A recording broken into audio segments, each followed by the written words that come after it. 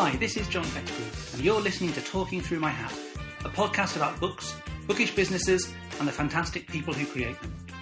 I'm a hat wearer, a recovering editor, and the creator of Future Proofs, enabling editors and authors to proofread their books and collaborate effectively online. To find out more, visit wearefutureproofs.com or follow me on Twitter at John_Pettigrew.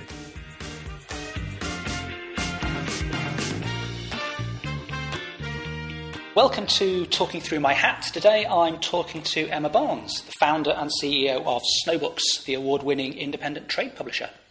But she wasn't content with that. Having written some software to run her business better, she launched it as a separate business, Bibliocloud. And even running two businesses doesn't seem to be enough for her, because she's recently launched Make Our Book to help schools easily create and sell books from their students' work. So welcome to Talking Through My Hat, Emma. Thank you for having me. That's an impressive story. So tell me, why did you first start Snowbooks, that very first business? Yes, that was a classic escape story. I needed to escape working for the man. I was at Deloitte, and that should be all the answer you need. Wow. Yeah, it was one of those epiphany moments where I realised that my life was being spent producing PowerPoint slides that would save a corporation 11 billion on their paper buying budget, and it was just what is the point? So I just had to stop doing that, or I could never have looked at myself in the mirror again. And independent book publishing seemed to be a pendulum swing reaction away from that sort of corporate life. But yeah, when I started Snowbooks, I realised that it was actually more about the corporate world that I did like, and I didn't want to leave behind. And independent publishing is not necessarily known for its, immaculate business processes or incredible rigor of approach to things. So I wanted to keep the good bits about working in a larger company. And before Deloitte, I'd been at the Kingfisher Retailer Group, which was where I was a buyer and supply chain logistician and that sort of thing. So, I enjoy process, but I also enjoy a bit of liberation and freedom. And so so that's really why Snowbooks sort of started as a passion project, but soon evolved into how can we make this business be as efficient as possible? And then it was if you'll forgive the expression, snowball effect onto Bibliocloud, where that really took on a life of its own. So is that process side something that's really important to you then? You're kind of a bit unusual maybe as an independent publisher with that emphasis. Yeah, I think maybe so. And probably a critic could say that it's the least important bit of independent publishing. The most important bit, of course, is being the enabler of getting the author's words from their head and their computer out to the wider world. But I consider it a kind of hygiene level, a necessary underpinning that actually frees you up to do the creative aspects. So rather than just becoming very po-faced about process and order and structure, if you get ordered and structured, then you are liberated to do the creative stuff. Yeah. And that's usually been the appeal of it for me. Yeah. So presumably it was quite a big shot going from a company like Deloitte to not only an independent publisher, but one you were founding and running. I know. I mean, how did that go? Was it a massive culture shock, or were you kind of just raring to go and it was the joy carried you through? Well, I used a lot of things as crutches. I remember doing endless, highly complicated spreadsheets because I'm glad to see someone else did that, because I find myself seemingly unusual with someone who does just spreadsheet it. And I mean, now in this more enlightened era, I think that spreadsheets are the devil, and what you really want is a relational database. Oh yes. But it's interesting that you fall back to what you know and what you feel is proper, but of course it's all nonsense. You don't need spreadsheets, because independent publishing is absolute guesswork. You cannot possibly predict how things are going to go in the next year, 2 years, 3 years. Yeah, previous performance is no indicator of future performance. Yeah. Absolutely. And becoming when I was at Kingfisher, I was on this fast track management scheme, which meant that we had to do a whole bunch of kind of managementy stuff, training stuff. And there were these competencies that we all had to display. And one of them was tolerance of ambiguity. And, it was things like commercial acumen and stuff. And, I would jump through the hoops and I would display fantastic tolerance of ambiguity within my whatever silly role it was. But you only really understand what that sort of thing is when you've got your own company. And if you don't make the sales, you don't get paid. That's not ambiguous at all. No. Yeah, that's one of those, there's no ambiguity there.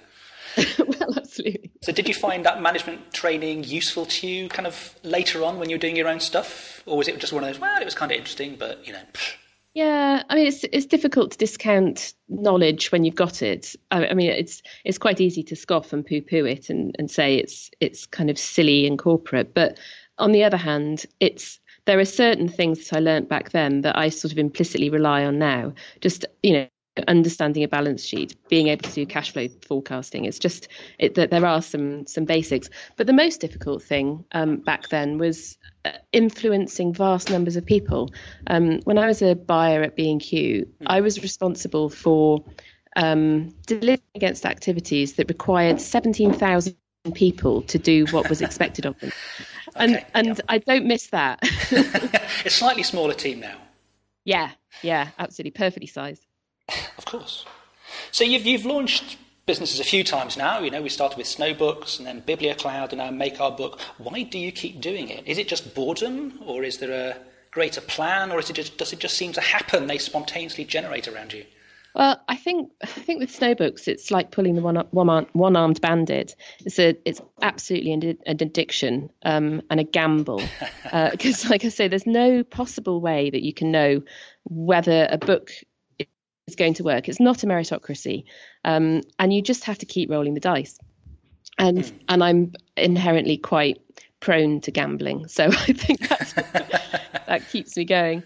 But on Bibliocloud, it's more of an endlessly intriguing, kind of immensely satisfying series of non-trivial problems that are presented all the time, and there's literally no end to how much you could do to smooth the path of getting a book from soup to nuts, and I find that endlessly engaging.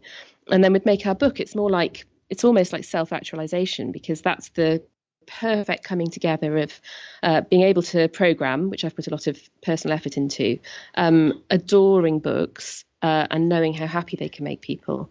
And, seeing a 7-year-old hold their own book in their hand, and it's written all over their face, this sort of immense pride. And sometimes it's the first time they've done something that actually exists in the real world. They have things pinned on the board with those little scribbles, and then it's ephemeral and it's gone, and then something else is up. But these things are tangible artifacts, and it's properly gets you, to see that. So that's not going to stop. That's good. We like getting a bit of, I just say, there's that feeling that you're producing something that is of real worth in the real world. And I love that about publishing, is that it makes a difference to people. Yeah, absolutely. That's exactly it. I just assume that everyone has one of those epiphanies at some point in their working life when they realise that, their job is all pointless and why bother? And I think that people must divide themselves into two groups: that those that, the scales have fallen from their eyes and they can't ever go back, or those that just kind of push it down and trudge forth. And maybe there are people who don't have the epiphany, but I don't see how it can be avoided. Yeah. And it's interesting because my children are going through career stuff at school. My son's doing his GCSEs at the moment and all this kind of stuff. And the school's kind of going, oh, it's so important. This will determine your whole future life and career. And we're thinking, no, it really won't. I'm in my mid-40s and I run a business and I've got no idea what I want to do when I grow up. Absolutely. You're absolutely right. But you're well known for saying that publishers should know how to code. And you very much put this into practice yourself with Bibliocloud and Make Our Book and stuff. So why do you think that is important for publishers? It's not traditionally a skill that they have. There's a astoundingly good educator called Michael Hartle. He wrote a book called The Rails Tutorial, and that's what got me started on programming. And his latest gig is something called Learn Enough to Be Dangerous. And if you go to their website, you'll see the banner on the website says, "Tech is the new literacy." And that's why I think publishers should learn to code. It is an absolutely basic skill that everybody should have if they want to have agency, if they want to have power, and if they don't want to be belittled by people who know a little bit more than they do. I'm not talking about people suddenly becoming a full-time programmer and jacking it all in. I'm talking about the basic understanding of what it is that goes on in the computer that you use all the time, and what it is that other people are going to use as an agent of power against you if you don't understand it. Yeah. I think some of these tutorials can be so useful now because, I mean, when I was growing up, the only thing you could do with computers was to program them. There were little boxes that you typed listings into and stuff. And I think that people who are growing up now, the so-called digital natives, actually have an immense disadvantage because they're so complicated. It can be hard to know where to get started. What I will do is I'll ask you for that URL and we'll put it in the listing of the show because it's kind of thing is really important for people to have somewhere to start. Excellent. Yeah, absolutely. And there's once you scratch the surface, there's no end of entry points and flavors that you can discover. And not everything is right for everybody. But it can be quite off-putting. Years ago, I bought, because I thought this was how I enjoyed learning, I bought the Open University course, the 101 lectures on computer science, and the books arrived, and in hindsight, I realised that they were trying to teach me about object-oriented programming. Now, but at the time, it was pages and pages of pictures of frogs in different states. Some had dots, some were jumping, right? And then in between the pictures of frogs were words that I didn't understand the meaning of, and that put me off, as you'd imagine, for 3 years, which was such a shame. So I think if one route doesn't work and you just think this is all a load of frogs, then keep trying different angles. And some people really thrive at communal courses where everyone comes together, and we run one of those called Coding for Publishers in conjunction with Book Machine. Other people really like a big thick book, which is where Michael Hartle's Rails tutorial comes in. Other people get on really well by using some of those tutorials, as you mentioned, online. And there's whimsical ones and there's hardcore ones. And I'll give you all the links, and people can have a look. Yeah. One really successful avenue actually has been Makers Academy, which is quite an investment of time and money. But one of my colleagues here, Sarah O'Connor, is a graduate of Makers Academy. Yeah. She decided that she wanted to pivot to be a programmer, and left Hotkey Books, where she was editorial director, did this Makers Academy course, graduated, and that's a complete fork in her life and her career. So that can be a really good approach as well. Yeah.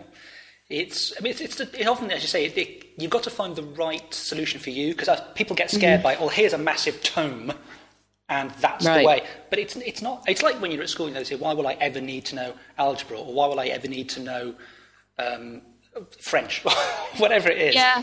And you never quite know what problem you're going to need to solve, and it's the problem that starts it, and you go, right, actually, if I knew a bit of coding, I could actually solve this problem, and then it can grab you. Exactly right. You have to have that motivation to learn. I finally got my 9-year-old boy to be interested in writing his first web application, because he's realised that we can write something where he can capture all of the URLs of his favourite YouTube videos, so he doesn't have to go to YouTube and search. He's just got a nice list, and it's a trivial thing, but it's wildly important to him that he sees these Portal 2 walkthroughs. So you have to find your chink. And for me, when I started Bibliocloud, I had Snowbooks. I'd just gone through a period of I'd got divorced and so forth. I was in a bit of a state. I really needed to be able to run my royalties. I really needed to be able to contain my my metadata and to be able to send it out into the world. And actually, learning to code was exactly the kind of structured, logical, quiet, difficult, rewarding, immersive, introverted thing that I really needed to get me back on the level. And, I really think that coding saved my bacon. Yeah, how long do you reckon it took from sitting down to go, actually, no, I know what I want to do and I've no idea how to do it, through to, having something that worked for you, and then how long was it from there to actually other people could use this as well and releasing it? They say it's 10,000 hours. I think I very, very clearly remember that I started tinkering with this on an afternoon, and by following a tutorial, I got a web form into which I could type a word, I could click a button, and then it would save to a database, and I could see that it had saved to a database. And when I refreshed the page, there was my data that had magically persisted. And I know that sounds daft, that within an hour, I'd got something to persist, but it was effectively that times a few hours. I mean, but programming is both insanely complicated and incredibly straightforward, and that's what keeps you going. I think it's very motivational to just start, and before you know it, a year's passed. I think it's one of the key things with it, isn't it? To learning how to take a problem just one bit at a time. Don't try and solve the whole thing. You've got to just this part, and it's that skill of breaking it down that is almost one of the key things you have to develop, isn't it? Yeah, absolutely. And with a domain like metadata, I mean, it's pretty favourable for that sort of thing. You've got your ISBN, title, and pub date, and if you can get those sorted out, then it's a simple matter of programming until you've got a fully fledged royalty solution, which is somehow what happened. That's all there is to it. Yes, what could be more? So it's been clearly quite a journey. What have you learned about yourself as part of that? And anything, obviously, that you're willing to share, but. Do you think of yourself as the same person you were all those years ago? I'm very proud of myself for having triumphed over adversity. I've got lots of data points that suggest that I have great tenacity, it turns out. I've also realised that I'm an absolutely hopeless optimist. For the last 15 years, I've been, riding that wave of thinking, this is great. I just have to put in another X hours and, this will be complete. And that's one of the prerequisites for founding a business, I think. Yeah, absolutely.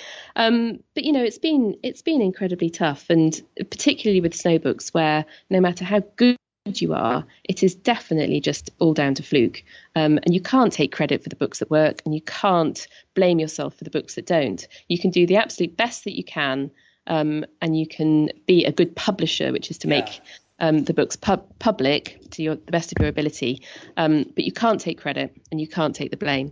But that roller coaster of managing cash flow for 15 years, holding people's firstborn novels in your hand and being solely responsible for the success of them, which is incredibly stressful as well as being incredibly rewarding.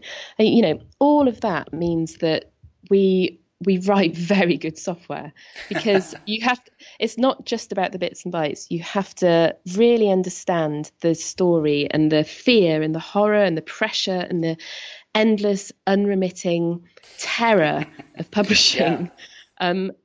And your software has to recognize that and to solve the bits that are the most difficult, so that you can get on with, the creative side and managing the endless terror. Yeah, I mean, it seems to me, with a lot of software companies get wrong, is you have to start with the user's problem.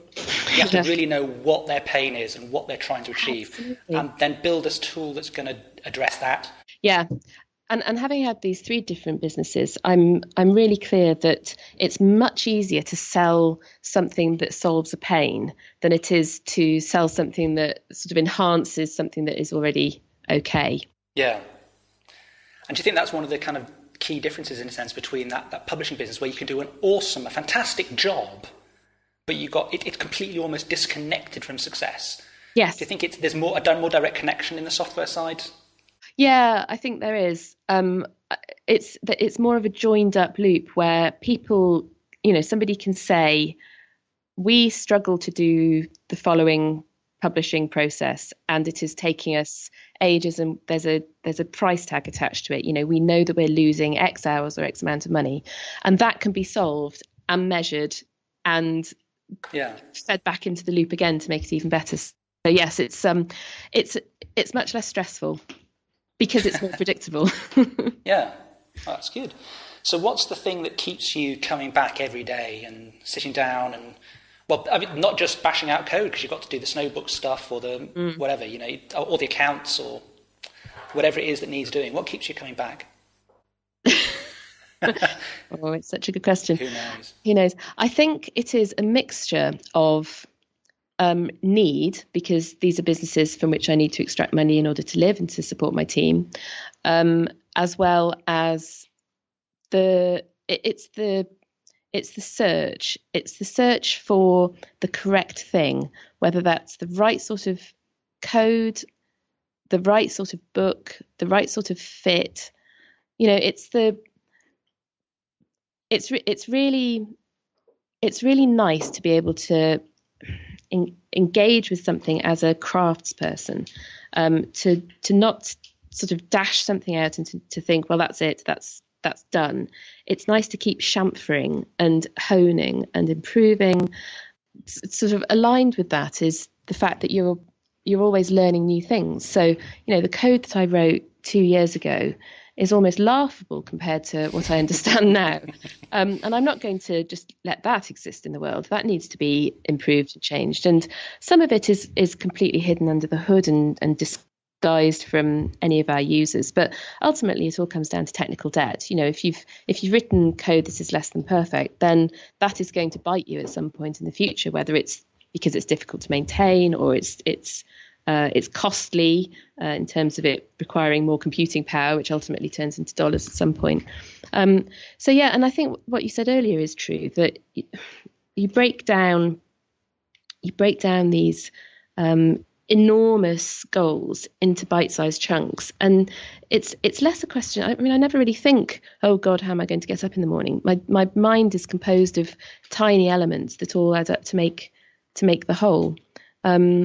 And because each of those tiny elements is as a standalone thing enjoyable, I don't really have to grapple with the idea of motivation. The little things are motivational and enjoyable, and that just makes it all work. Fantastic. Well, thank you very much for that insight into you and into your businesses, and I hope our listeners have found it inspirational as well. As you say, it's that finding those things to fasten onto that keep you coming back day after day. So thanks very much, Emma. Thank you so much.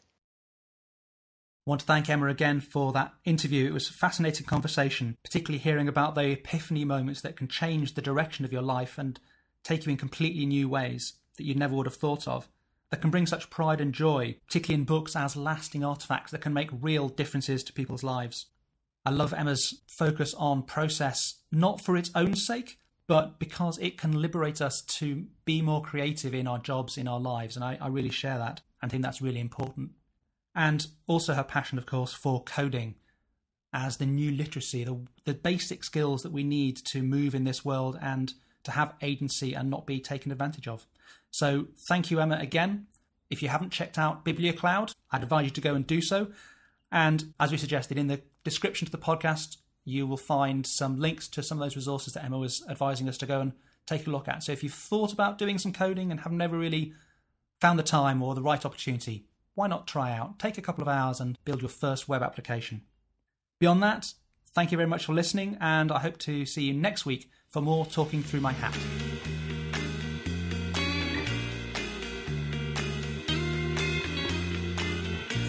This was Talking Through My Hat, a podcast by John Pettigrew, CEO and founder of We Are Futureproofs.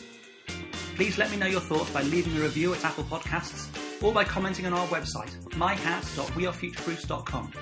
You can subscribe to this channel wherever you get your podcasts. Our theme music is from hooksounds.com.